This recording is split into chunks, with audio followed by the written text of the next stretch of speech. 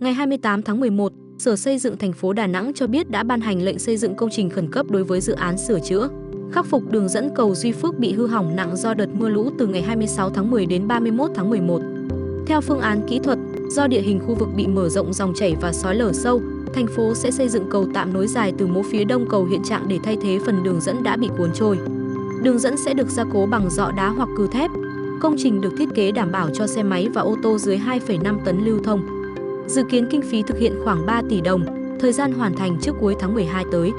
Đợt lũ lịch sử từ cuối tháng 10 vừa qua đã vượt đỉnh lũ năm Thìn 1964 khiến nhiều xã ven sông Thu Bồn của thành phố Đà Nẵng ngập mênh mông trong nước. Cầu Bà Ngân dẫn qua huyện Duy Xuyên cũ bị gãy nhịp, hư hại mố khiến người dân phải đi đường vòng cách xa nhiều km. Cầu Bà Ngân là tuyến đi lại chính của người dân từ huyện Suy Duyên và thị xã Điện Bàn tỉnh Quảng Nam cũ qua khu vực Hội An thành phố Đà Nẵng.